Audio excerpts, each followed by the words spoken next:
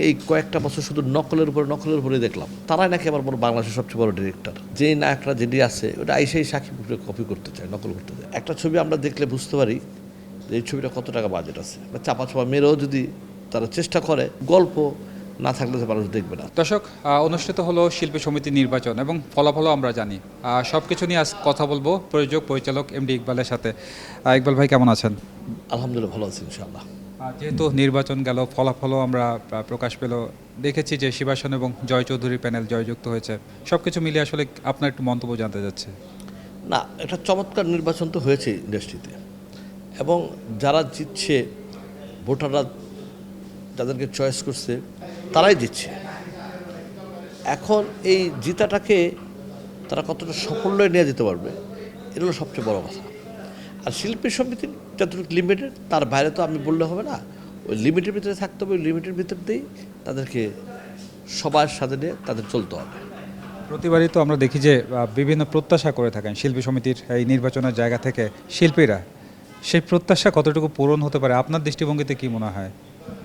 কোনোদিন যারা প্রত্যাশা দেয় কখনোই তারা বাস্তবায়ন করতে পারে না, সম্ভব না।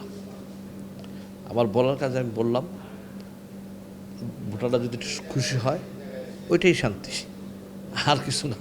ঠিক আছে, ওই শান্তি থেকেই তারা ভোট দিয়েছে, এবং তারা যে অনেক কিছু উল্টে ফেলবে এটা পারবে না। তারা বলতে মুখে অনেক কিছু বলা যায়, বাট কাজে এত সহজ না। এবারের নির্বাচনে আমরা দেখেছি যে দুটি প্যানেলই যারা পরাজিত হয়েছে তারাও দেখলাম যে খুব গভীর রাতেই তারা এখান থেকে চলেও গিয়েছে। এই যে দুইটি প্যানেলের যে একটা সমঝোতা আমরা দেখেছি, মানে কোনো ঝামেলা ছাড়াই একটা নির্বাচন দেখেছি, এই জায়গাটা থেকে আপনি আসলে কি বলতে চান? না, এটা তো সুন্দর। আমাদের এফডিসির এই জিনিসটাই হওয়া উচিত। যে জিতবে সে আসতে চলে যাবে, আবার তারপরের দিন ফুলের মালা নিয়ে আসবে, ফুল দিবে, একসাথে থাকবে, একসাথে কাজ করবে, সবাই মিলে বিশেষ সুন্দরভাবে কাজ করবে। এবং আবার যারা জিতছে তারাও যদি তাদেরকে নিয়ে একসাথে বসে কাজ করে, তাহলে সমন্বয় হলো একটা সবচেয়ে বড় ব্যাপার। এই সমন্বয়টা থাকতে হবে, এবং এই সমন্বয়ের ভিতরে অনেক কিছু মানুষ ভোগ করতে পারে। যেই কারণে আমি মনে করি এইটা তারা ফুল নিয়ে আসুক, এসে যারা হারছে, এটা তো ছোট্ট একটা দেওয়ালের ভিতরে একটা সমিতি, এটা হার জিততে বড় কিছু না। আমি তো মনে করি সবাই জিতছে, আমি এটাই মনে করি। সিনেমা নিয়ে আপনার পরিকল্পনা কি? যেহেতু আমি গতকালকেও দেখলাম যে অনন্ত জলিলকে আপনি স্বাগত জানাচ্ছেন এফডিসিতে, আমরা দেখেছি, এবং সবসময় আমরা দেখি যে অনন্ত জলিল ওনার সাথে আপনাকে আমরা দেখি। তাকে নিয়ে কি আবার পরবর্তী সিনেমা হবার সম্ভাবনা আছে নাকি? না, তাকে নিয়ে তো আমার আছি, এবং তার সাথে তো আমার একটা ডেট নেওয়া আছে বা করছে। উনি তো একটু বিজনেসের কারণে উনি অ্যাকচুয়ালি সময়টা দিতে পারতেছে না। বাট উনি যখন ফ্রি হয়ে যাবে, উনি টিজার লিডারটা যখন রিলিজ করে ফেলবো, রিলিজ করার পরে তখন আমি ওনার একটা ধরবো। আমার মোটামুটি সব ফাইনাল করা আছে। বাট সেই ছবিটা হবে কিন্তু একটা অন্যরকম ছবি। মানে অন্যরকম বলতে ছবি তো ছবির মতোই, কিন্তু এটা আমি একটু অনন্ত জলিলের জীবনে একটা অন্যরকম ছবি করাবো।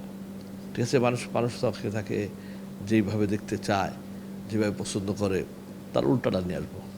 ইকবাল ভাই, আমরা বিগত বছরগুলোতে দেখেছি যে একটি কথা সবসময় উঠে আসে যে বিগ বাজেট, মানে এটা মানে সিনেমা মুক্তির আগে থেকেই শুরু হয় এবং সিনেমা মুক্তির পরেও আমরা শুনে আসি যে বিগ বাজেটের সিনেমা। এটা কি আসলে প্রমোশনাল কোনো ইস্যু, নাকি আসলে আমরা সিনেমা হলে তো দর্শক এক সপ্তাহ পরে অনেক সময় দেখিও না ওরকম? এটা 100% প্রমোশনাল ইস্যু।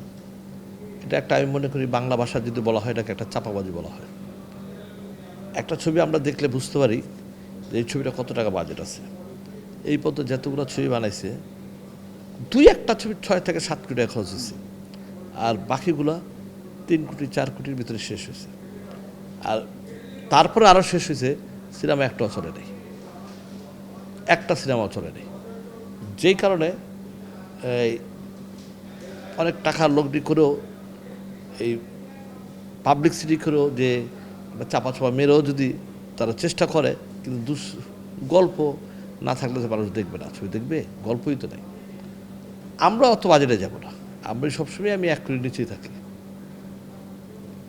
কারণ আমার দেশটা 15টা সিনেমা হল, এত বাজেট দিয়ে আমি টাকা উঠাবো কোত্থেকে? যে আমি একটা ছবি করতেছি আপনার, আগামী ঈদে আমার ছবিটা রিলিজ হবে, ছবিটার নাম হলো গুলশানের স্বামীরই। ওই যে প্রডিউসার আমার ওই রুমে বসা আছে, যে লোকটি করবে ওই আমার পাশে বসা আছে, আমরা ওইখানে আছি। গুলশানের চামড়ির গল্পটা মারাত্মক গল্প, অনেক সুন্দর গল্প, এবং আগামী রোজারিতে এটা আমি ছবিটা রিলিজ করব যদি সুন্দরভাবে সিনেপ্লেক্স, তারপরে হল তো অ্যাকচুয়ালি ওইভাবে নাই পাওয়া, খুব টাফ। বাট সিনেপ্লেক্সের এটা ছবিটা বানাচ্ছি সিনেপ্লেক্সকে উদ্দেশ্য করে। দেখি আমরা একটু নকল থেকে বেরোতে পারি কিনা। অনেকে তো আমরা তো ইদানিং এই কয়েকটা বছর শুধু নকলের উপরে দেখলাম, মৌলিক গল্প কিন্তু আমরা কেউ দেখিনি। সেই পুষ্পা, অ্যানিমেল, তারপরে এই আরও যেগুলো অনেক ছবি আছে, যে সাইয়ারে, ঠিক আছে, যে বোম্বে সাইয়ারে, এগুলো সব তো আমরা নেটফ্লিক্সও দেখি, আবার বাংলাদেশের ঈদের সময় আমরা সিনেমা হলেও দেখি, ঠিক আছে। এটা খুব দুঃখজনক ব্যাপার। অত মৌলিক গল্প নাই, তারাই নাকি আবার বাংলাদেশের সবচেয়ে বড় ডিরেক্টর। তো যে ডিরেক্টরের মেধা হয় নকল দিয়ে, ওটা আমি বিলিভ করি না। আমরা শাকিব খান নির্ভরও একটা ইন্ডাস্ট্রি দেখছি গেল কয়েক বছর যাবৎ। মানে আসলে কি বাংলাদেশের নায়ক বা নায়কের সংকট আছে নাকি কি, আপনার কি মনে হয় আসলে এই জায়গা থেকে? আমরা তো আসলে নতুন মুখ খুব একটা দেখি না তেমন। আসল কথা কি, এই জায়গাটা যদি বলতে হয় আমাকে একটু স্পষ্ট ভাষায় কথা বলতে হয়। একজনের দ্বারা তো আর ইন্ডাস্ট্রি চলে না। আর যে নায়করা যেটি আছে ওটা আইসাই সাকিবকে কপি করতে চায়, নকল করতে চায়, এবং আসার আগেই সাকিবের পাও ধরে সালাম করতে চায় সাকিবকে, তো তার পার্সোনালিটি বলতে থাকে না। যেই হিরো ইন্ডাস্ট্রিতে আসবে সে তার পার্সোনালিটি ধরে রাখবে, সবার সাথে মিলে থাকবে, নিজের প্রশংসা নিজে করবে, সেই ঠিক যাবে।